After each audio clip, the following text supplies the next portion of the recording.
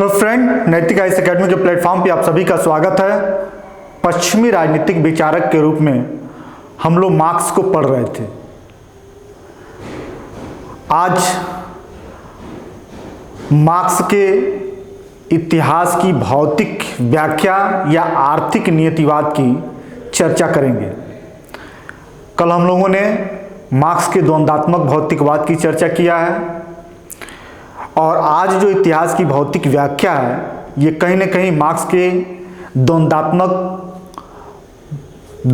भौतिकवाद से जुड़ा हुआ संबंध है। एक बात बता दें कि मार्क्स एक ऐसा राजनीतिक विचारक रहा है जो अपने विचारों से दुनिया के जो पूंजीवादी देश हैं उन सबको झकझोर कर हिला कर रख दिया और पूंजीवादी व्यवस्थाओं के जो भी राज्य थे मार्क्स के काट को ढूंढने के लिए निरंतर प्रयास करने लगे कि मार्क्स के विचारों को कैसे काटा जाए, कैसे झुठलाया जाए, क्योंकि मार्क्स के विचार ऐसे विस्तार कर रहे थे जैसे छीटे हुए पेट्रोल में लगी हुई आग। इस तरीके से मार्क्स के विचार का प्रसार हो रहा था और बहुत सारे देश और बहुत सारे युवा वर्ग इस विचार को अनुसरण करते जा रहे थे और उसको फॉलो करने का प्रयास कर रहे थे। इसी महान विचारक मार्क्स के महान विचारक के इस इतिहास की भौतिक व्याख्या का हम लोग आज चर्चा करेंगे।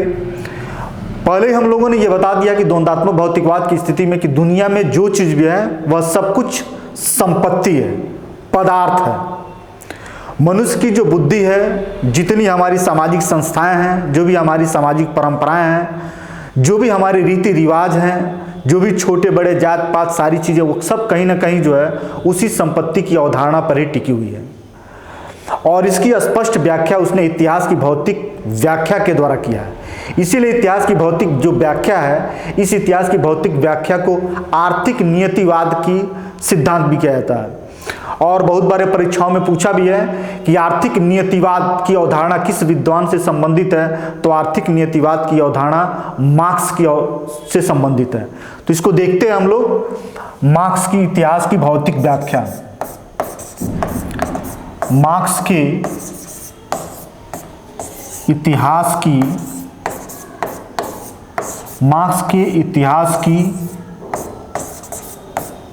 भौतिक व्याख्या। मार्क्स के इतिहास की भौतिक व्याख्या या आर्थिक नियतिवाद। आर्थिक नियतिवाद। आर्थिक नियतिवाद, ये जान लीजिए दोनों शब्दों की अर्थ को यदि हम लोग समझ लेंगे तो मार्क्स के द्वारा ये जो अवधारणा दी गई है उसको समझने में थोड़ी हम लोगों की आसानी होगी। इतिहास की भौतिक व्याख्या। इतिहास है क्या? मानव जीवन की शुरुआत से लेकर वर्तमान तक की जो घटनाएं हैं वो इतिहास की श्रेणी में आता है। तो मार्क्स ने कहा कि जो मानव जीवन की शुरुआत से लेकर अब तक की जो इतिहास है वास्तव में वो भौतिक आर्थिक विकास, आर्थिक परिवर्तन और अर्थव्यवस्था में होने वाली जो परिवर्तन है वास्तव में वही इतिहास है और उसी आर्थिक दृष्टिकोण से पूरी इतिहास की हम लोग को क्या करनी है? व्याख्या करनी है। क्योंकि मार्क्स की पूरी फोकस इतिहास के अर्थ के आधार पर है या इतिहास का निर्धारण केवल संपत्ति या भौतिक तत्वों के आधार पर है, इसीलिए इसके सिद्धांत को आर्थिक नियतिवाद कहा गया। भौतिक या संपत्ति कहने के मतलब यह है कि उसने पूरी इतिहास की व्याख्या अर्थ के आधार पर किया है, अर्थव्यवस्था के आधार पर ही इतिहास की व्याख्या किया है और इतिहास की व्याख्या अन्य तरीके से जो की गई है उसको वह निगलेक्ट करता है। तो इतिहास की भौतिक व्याख्या समझ में आ गया कि इतिहास को उसने आर्थिक आधार पर व्याख्या किया है और आर्थिक नियतिवाद इसलिए कहा जाता है कि जो भी इतिहास का निर्धारण है वह अर्थ के आधार पर है, इसीलिए आर्थिक नियतिवाद है। अब हम लोग को यहाँ ये देखना है कि मार्क्स इस आर्थिक इतिहास की जो आर्थिक व्याख्या किया है वह कैसे किया है। मार्क्स का ये मानना था कि जो भी हम लोगों ने इतिहास पढ़ा है और इतिहासकारों ने इतिहास की जो व्याख्याएं, जो वर्णन किया है, वह नितांत दोषपूर्ण है, पूरी तरीके से भ्रमित करने वाला है। क्योंकि इतिहास केवल महापुरुषों, राजा महाराजाओं के वर्णन से इतिहास नहीं बनता है। उसका मानना है कि इतिहास की जो निर्धारण है वह उत्पादन के साधन या उत्पादन में होने वाले परिवर्तन या अर्थव्यवस्था की घटनाओं में कोई भी जो परिवर्तन होता है उसी आधार पर इतिहास बनता है। उसने ये बताने का प्रयास किया कि जो भी हमारे समाज में नैतिकता दिखता है, धर्म दिखता है, राज दिखता है या राष्ट्रभक्ति दिखती है, इन सबके पीछे कहीं ना कहीं आर्थिक कारण ही महत्वपूर्ण होते हैं। अर्थव्यवस्था के आधार पर ही राष्ट्रभक्ति बनती है, नैतिकता बनती है, धर्म बनता है और सारी जो सामाजिक परंपराएं और प्रथाएं हैं सब अर्थव्यवस्था के आधार पर ही बनता है। और इतिहासकारों ने इसकी व्याख्या, इतिहास की का वर्णन करते समय, इतिहास की व्याख्या करते समय अर्थव्यवस्था को पीछे छोड़ देते हैं, बाकी राजाओं, दरबारों, नैतिकता, इन सब की कहानियों को गढ़ देते हैं, जिसके कारण मनुष्य अपने इतिहास की वास्तविकता से परिचित नहीं हो पाता है और परिचित न हो पाने के कारण वह चेतनाओं से क्या करता है, चेतना उसके अंदर नहीं आ पाती है और इसी चेतना को प्राप्त करने के लिए वह जो है इतिहास की आर्थिक व्याख्या करता है और इसी आर्थिक व्याख्या के आधार पर सामाजिक परिवर्तन की बात करता है।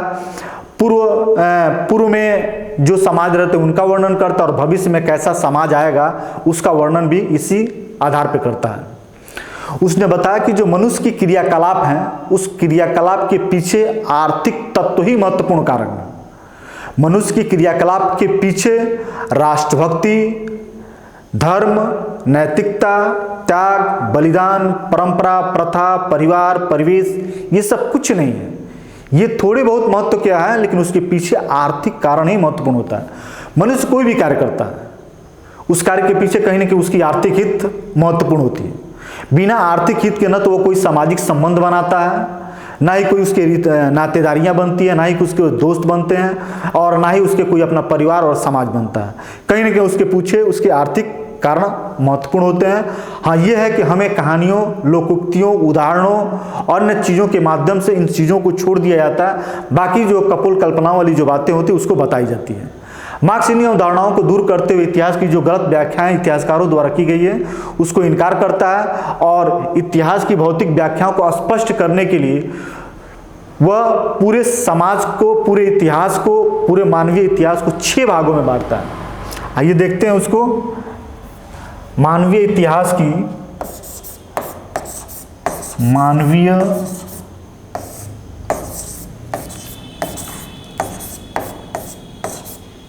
इतिहास की 6 अवस्थाओं का वर्णन, 6 अवस्थाओं का वर्णन करता है।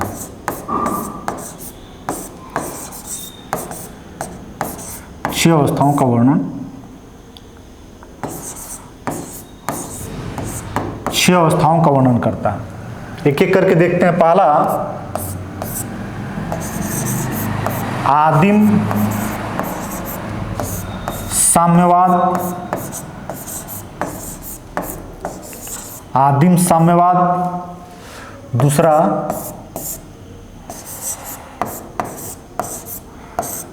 दास प्रथा। तीसरा, सामंतवादी व्यवस्था,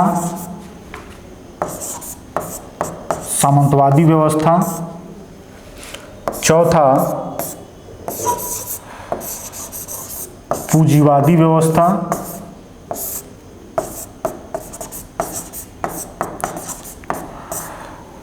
पांचवा, सर्वहारा का अधिनायकवाद,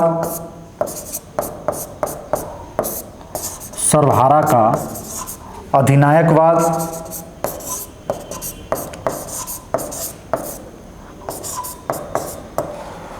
और जो छठवा है वह है साम्यवाद। साम्यवाद इन इतिहास की भौतिक व्याख्या करते समय मानव जीवन की स्टार्टिंग से लेकर वर्तमान समय और आने वाला भविष्य में जो समाज होगा उसको इतिहास की व्याख्याओं के आधार पर 6 आधारों पर बांटा है।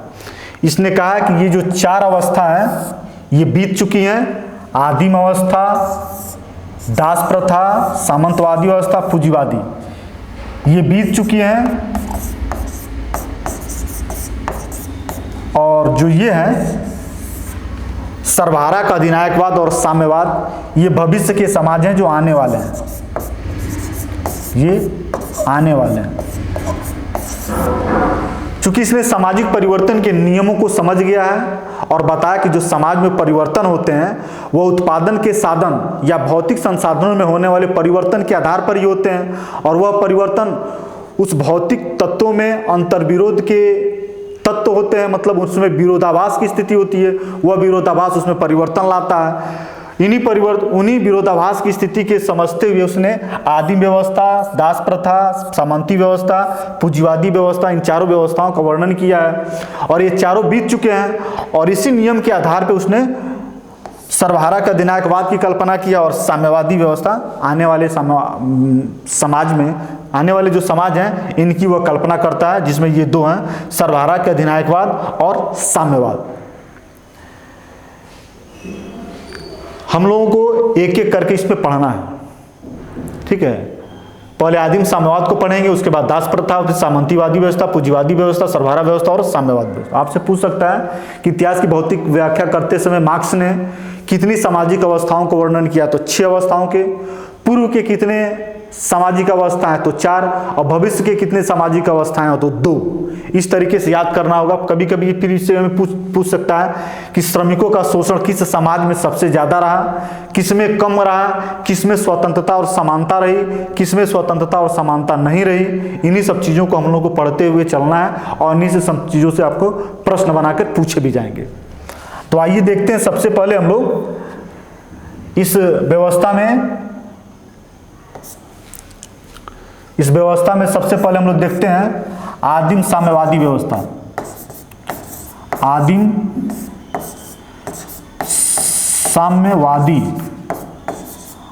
साम्यवादी व्यवस्था।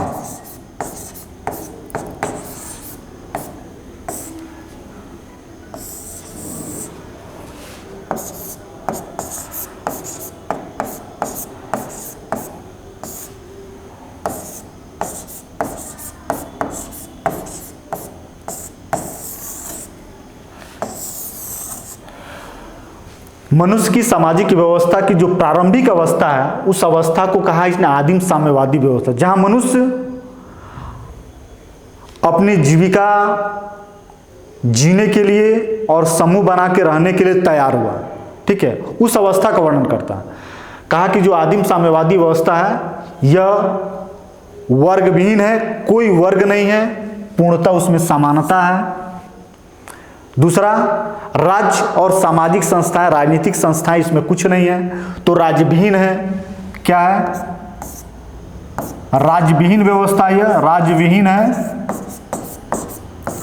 वर्ग विहीन है, कोई वर्ग नहीं है, वर्ग संघर्ष नहीं है, वर्ग नहीं है तो वर्ग संघर्ष भी नहीं होगा, और पूर्णतः क्या है? समानता पे आधारित है। अब कैसे यह समानता पर आधारित है और कैसे वहां स्वतंत्रता सुनिश्चित होता है आदिम साम्यवादी व्यवस्था में, तो उसने बताया कि जो आदिम साम्यवादी व्यवस्था है उसमें लोग, जो मनुष्य हैं, वह उनके पास जो उत्पादन के साधन है वो बहुत सरल थे। वो अपनी सुरक्षा के लिए तीर, बाण, धनुष, पत्थर के औजारों का इस्तेमाल करते थे भयंकर जानवरों से अपनी सुरक्षा के लिए, और जो प्रकृति द्वारा प्रदत्त जो पेड़ पौधे होते थे जिसमें लगने वाले फल फूल होते थे उन्हीं से अपने पेटों का भरण पोषण ये करते थे। तो इनमें जो है निजी संपत्ति नहीं थी, विवाह नामक संस्था नहीं था, परिवार नामक संस्था का अस्तित्व नहीं था, तो अपने पराये छोटे बड़े का कोई भेदभाव जो है इसमें नहीं था। व्यक्ति स्वतंत्र रूप से अपनी जीविका का अर्जन करता था, क्योंकि परंपराएं नहीं थी, राज्य का अपना नियम और कानून नहीं था, संपूर्ण प्रकृति की संपूर्ण संपत्ति सभी व्यक्तियों की संपत्ति थी, इसलिए समानता भी था, कोई निजी नहीं था तो भेदभाव नहीं था, ऊपर नीचे की बात नहीं थी। इस तरीके की साम्यवादी व्यवस्था पूरी तरीके से राज्यविहीन थी, वर्गविहीन थी, बिना वर्ग संघर्ष का था, पूर्णतः समानता पर आधारित था और स्वतंत्रता पर आधारित था। क्योंकि उत्पादन के जो साधन थे जिससे उत्पादन का कार्य होता था उस पर सबका नियंत्रण था, सभी लोगों को अपना अपना हक था, कोई किसी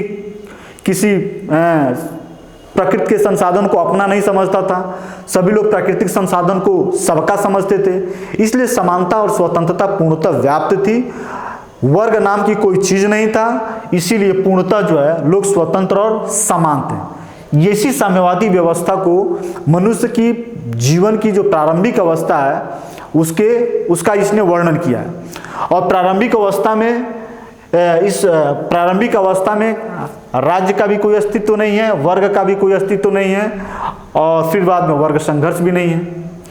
इतिहास की व्याख्या जो भौतिक व्याख्या किया उसमें पहली अवस्था है आदिम अवस्था, और इसमें जो भौतिक तत्व है वो प्राकृतिक तत्व है और प्राकृतिक पर सभी लोगों की निर्भरता है। तो इसी के द्वारा जो है प्रकृति के साधन पे सभी का नियंत्रण है, सभी का स्वामित्व है और सभी का अपना अपना अधिकार है, बराबर का अधिकार है। इसलिए यह पूरी तरीके से साम्यवादी समता पे आधारित व्यवस्था है।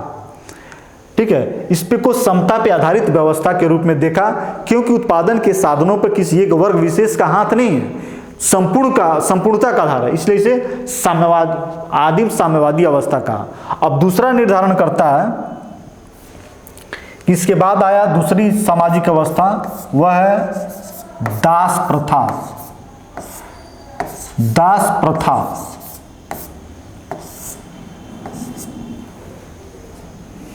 जब समाज थोड़ी तरक्की करने लगा, व्यक्तियों में विकास होने लगा और व्यक्ति के जो उत्पादन के साधन थे वो थोड़े से बड़े हो गए, मनुष्य अस्थायी रूप से खेती करने लगा, और जब खेती करने लगा तो भूमि के टुकड़े को कुछ लोगों ने अपने हिस्से में कर लिया और बाकी लोगों को अपना दास बना के उस पे श्रम करने के लिए मजबूर कर दिया। तो चूंकि इसमें दास का अस्तित्व आ गया, भूमि के मालिक का अस्तित्व आ गया, तो यहां क्या हो गया, दास प्रथा अर्थात यहां वर्ग बन गया, वर्ग बन गया। और वर्ग के रूप में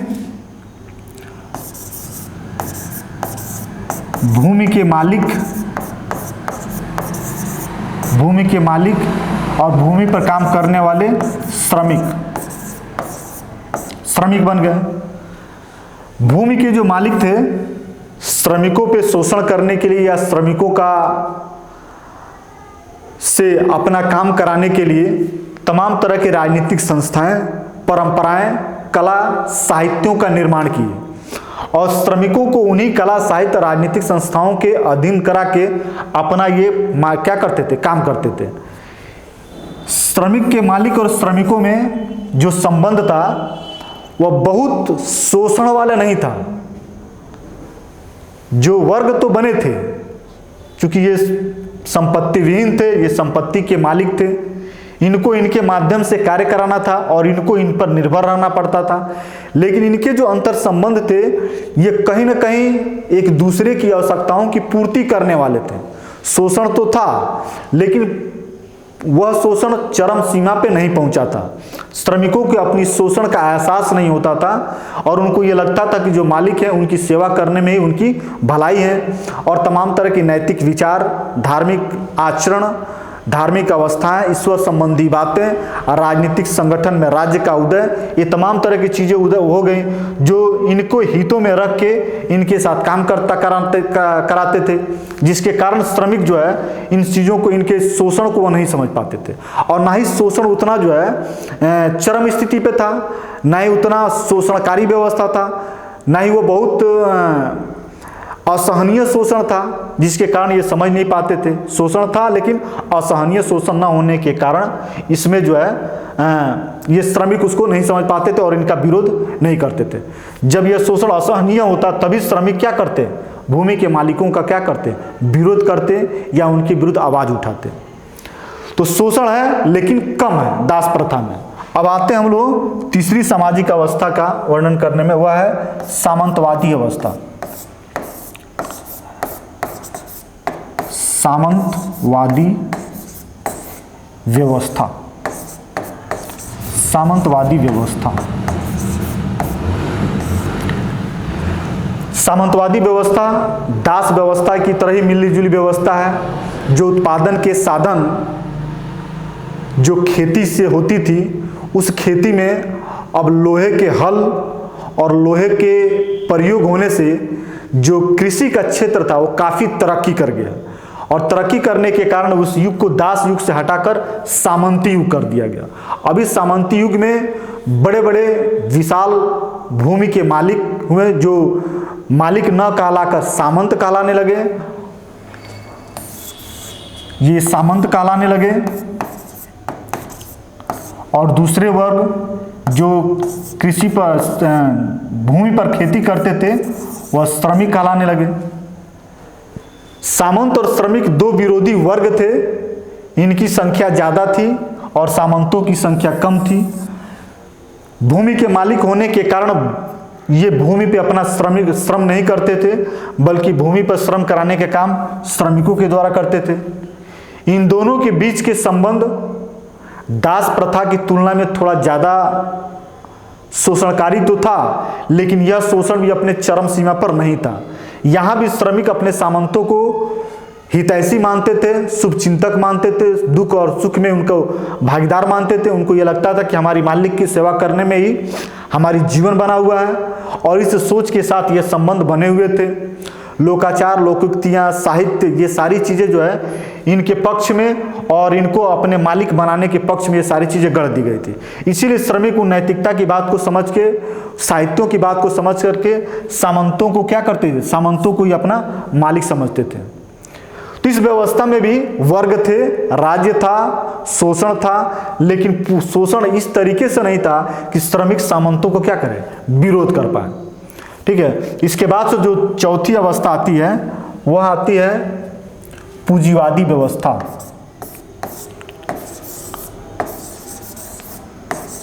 पूंजीवादी व्यवस्था।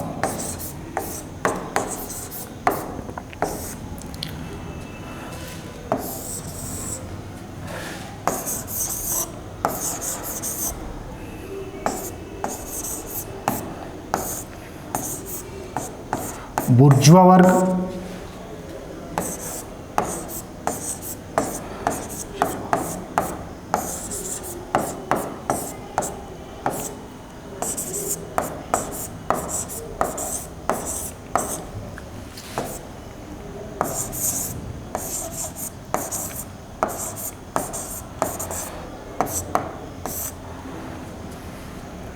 जो पूंजीवादी व्यवस्था है, सामंती व्यवस्था में जो कृषि पे आधारित थी, लेकिन कृषि थोड़ा सा प्रगतिशील था, वही कृषि अब उद्योग धंधों में बदल गया। उत्पादन का कार्य खेतों में नहीं बल्कि फैक्ट्रियों में होने लगा। उद्योग धंधे होने लगे। उद्योग धंधे होने के कारण जो पूंजी का स्वामी होता था वही बड़े बड़े उद्योग लगाते थे। उद्योगों पे पूंजीपतियों का नियंत्रण होता था, और उद्योग को चलाने के लिए, कंपनी को चलाने के लिए, फैक्ट्री को चलाने के लिए अधिकाधिक श्रमिक और सर्वहारा वर्ग की जरूरत पड़ती थी। तो मार्क्स ने पूंजीपति को बुर्जुआ वर्ग कहा, और जो श्रमिक वर्ग है उसको पूंजीवादी व्यवस्था में सर्वहारा वर्ग कहा। इसने कहा कि ये जो विरोधी वर्ग है, चूंकि ये दोनों विरोधी वर्ग हैं, बुर्जुआ वर्ग सर्वहारा वर्ग का बहुत शोषण करता है।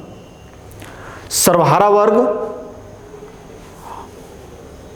इस समय इतने प्रताड़ित और शोषित होते हैं कि ये अपने शोषण को ये समझ चुके हैं। इनमें ये वह चेतना आ चुकी है कि हमारा जो है जो बुर्जुआ वर्ग है शोषण करता है, और हमको क्या करना चाहिए, इस शोषण के विरुद्ध आवाज़ उठानी चाहिए, इनके विरुद्ध संघर्ष करना चाहिए, और पूंजीपतियों को हमेशा हमेशा के लिए नष्ट करनी चाहिए। ये सारे विचार जो है सर्वहारा वर्ग के अंदर पूंजीवादी व्यवस्था में चला आता है। इसके आने के पीछे मेन कारण क्या है? इसके आने के पीछे मेन कारण यह है कि दुनिया के जितने भी समाज हैं, उन सभी समाजों में जो आवागमन के साधन हैं, संचार की सुविधाएं हैं, वो बिल्कुल पूरी दुनिया को एक कर दिया है।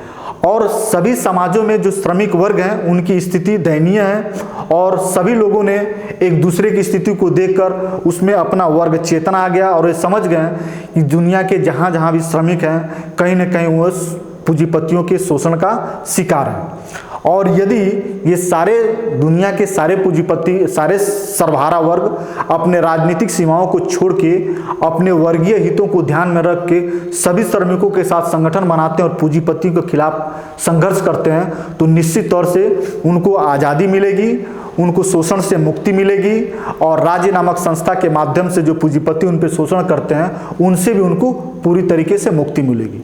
इसका मुख्य कारण यही रहा। और सर्वहारा वर्ग अपने शोषण को समझने के कारण पूंजीवादी व्यवस्था में बताया कि अब तक जो पहले दास प्रथा, सामंती व्यवस्था की तुलना में जो पूंजीवादी व्यवस्था है, यहाँ श्रमिकों की शोषण अपने चरम सीमा पे होती है। यह बात पूरी तरीके से स्पष्ट है कि व्यवस्थाएं तभी बदलती है जब वो किसी चीज़ की अति को प्राप्त कर लेती है, तभी वो परिवर्तन होता है। नहीं तो जब काम चलाऊ होता है, चलने चलाने लायक रहता है, तब तक तो चलाते हैं। तो श्रमिकों का शोषण अपने चरम सीमा पर पूंजीवादी व्यवस्था में पहुंच चुका था, और पूंजीवादी व्यवस्था में पहुंचने के कारण श्रमिक जो है अब जो है इस व्यवस्था को बदलने के लिए तैयार हो गए। ठीक है, अब हम लोग को ये जानना है कि पूंजीवादी व्यवस्था, सामंतवादी व्यवस्था, दास व्यवस्था और आदिम साम्यवादी व्यवस्था, ये पूर्व सामाजिक व्यवस्था थे। आने वाला जो समाज है, चूंकि सर्वहारा वर्ग ये जान चुका है कि हमारा हित किसमें है, अब ये पूंजीपतियों के विरुद्ध क्या है, आवाज़ उठा रहा है। इसके कारण अब दूसरी व्यवस्था वो आएगी, वह आएगी पांचवी अवस्था, जो भविष्य की अवस्था है, वह है सर्वहारा वर्ग की तानाशाही। सर्वहारा वर्ग की तानाशाही, सर्वहारा वर्ग की तानाशाही या अधिनायक तंत्र, या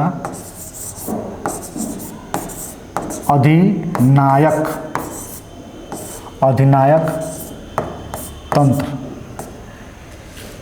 इस व्यवस्था में भी वर्ग रहेंगे तो राज्य भी रहेगा, इसमें भी पूंजीपति रहेगा, और यहां सर्वहारा वर्ग रहेगा। कई बार प्रश्न पूछा कि सर्वहारा वर्ग की तानाशाही में राज्य का अस्तित्व रहेगा, वर्ग का अस्तित्व रहेगा कि नहीं रहेगा? तो रहेगा, क्योंकि जो सर्वहारा वर्ग की तानाशाही, पूंजीवादी व्यवस्था में जो सर्वहारा वर्ग पूंजीपतियों के विरुद्ध आवाज उठाने लगेंगे, उनके विरुद्ध संघर्ष करने लगेंगे, और सत्ता पे जो है सर्वहारा वर्ग का कब्जा हो जाएगा। अंतर सिर्फ यह है, वर्ग तो रहेंगे, राज्य भी रहेगा, लेकिन राज्य की सत्ता पे सर्वहारा वर्ग का कब्जा हो जाएगा। दुनिया के सभी समाजों में चूंकि सर्वहारा वर्ग की संख्या ज़्यादा है, इसलिए सत्ता पे कब्जा कर लेंगे, और कब्जा करने के बाद जितने पूंजीपति हैं उन सबको सत्ता के माध्यम से, कानून के माध्यम से उन्हें सर्वहारा वर्ग में बदल देंगे, क्योंकि पूंजीपतियों की विनाश सर्वहारा वर्ग में आने पर ही है। नहीं तो फिर पूंजीपति अपने पूर्व अवस्था, पूर्व शक्ति को प्राप्त कर लेंगे। तो सत्ता पे सर्वहारा वर्ग का कब्जा को ही सर्वहारा वर्ग का तानाशाही या अधिनायक तंत्र कहा गया। इस अधिनायक तंत्र में राज्य रहेगा, वर्ग रहेंगे, लेकिन राज्य और वर्ग का इस्तेमाल पूंजीपति अपने हित में न करके सर्वहारा पूंजीपतियों को विनष्ट करने के लिए और पूंजीपतियों को सर्वहारा वर्ग में परिवर्तित करने के लिए उसका इस्तेमाल करेंगे। ठीक है, इसके बाद से जब पूंजीपति पूरी तरीके से सर्वहारा वर्ग में परिवर्तित हो जाएंगे, तब एक नवीन व्यवस्था फिर से आएगी। वह नवीन व्यवस्था है छठवां, वह है साम्यवादी व्यवस्था। साम्यवादी व्यवस्था।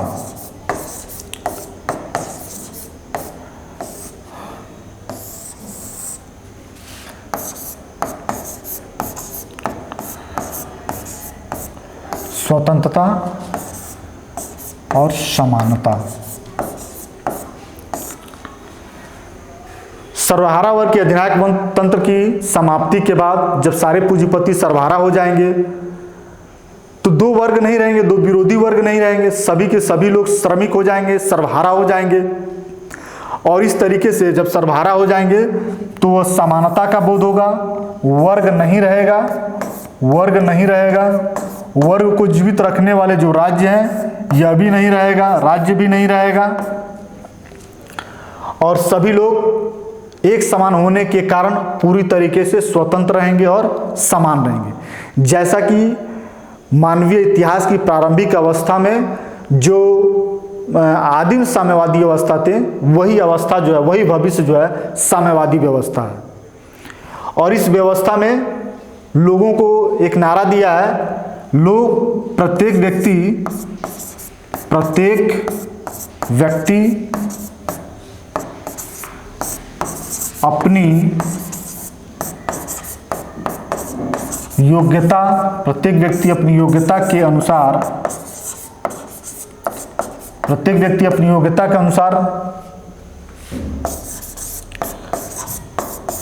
कार्य करेगा और अपनी आवश्यकता के अनुसार, अपनी आवश्यकता के अनुसार पारिश्रमिक प्राप्त करेगा, पारिश्रमिक प्राप्त करेगा। ये कई बार पूछा है कि किस अवस्था में प्रत्येक व्यक्ति अपनी योग्यता के अनुसार काम करेगा और अपनी आवश्यकता के अनुसार पारिश्रमिक प्राप्त करेगा। तो यह है साम्यवादी व्यवस्था। एक और ऐसे ही पूछता है कि प्रत्येक व्यक्ति अपनी योग्यता के अनुसार काम करेगा और अपनी योग्यता के अनुसार ही पारिश्रमिक प्राप्त करेगा। तो वह है सर्वहारा वर्ग के अधिनायक तंत्र में अपनी योग्यता के अनुसार कार्य करेगा और योग्यता के अनुसार ही पारिश्रमिक पाएगा। यह होगा उसके सर्वहारा के अधिनायक तंत्र में। और अपनी आवश्यकता के अनुसार जो है क्या पाएगा, पारिश्रमिक पाएगा। यह है साम्यवादी अवस्था में। दोनों बातें इसने कहा है। इस तरीके से जो साम्यवादी व्यवस्था है पूरी तरीके से समता पे आधारित हो जाएगी, मनुष्य में स्वतंत्रता होगी और वर्ग संघर्ष नहीं रहेंगे। यही समाज का अस्थाई और वास्तविक अवस्था है। और इतिहास की भौतिक व्याख्या के माध्यम से इसी अवस्था की उसने कल्पना किया है कि इतिहास की व्याख्या के आधार पर जो आने वाला भविष्य है वह भविष्य समाज का यही है, यही साम्यवादी अवस्था आएगी। यह पूर्ण सत्य है, हर समाज में, दुनिया के सारे समाजों में यह आकर ही रहेगा। ठीक है। इतिहास की आर्थिक व्याख्या के आधार पर इसने भविष्य की सामाजिक व्यवस्था की जो कल्पना किया है वह है साम्यवादी व्यवस्था।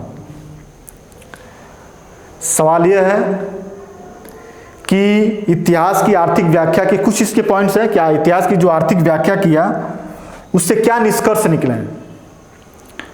तो इतिहास की आर्थिक व्याख्या करने के बाद उसने दो चार बातें बहुत अच्छी बताया कि जो इतिहास है वह महापुरुषों की कहानियाँ या राजाओं की कहानियाँ नहीं है, बल्कि अर्थ के आधार पर चलती हैं इतिहास।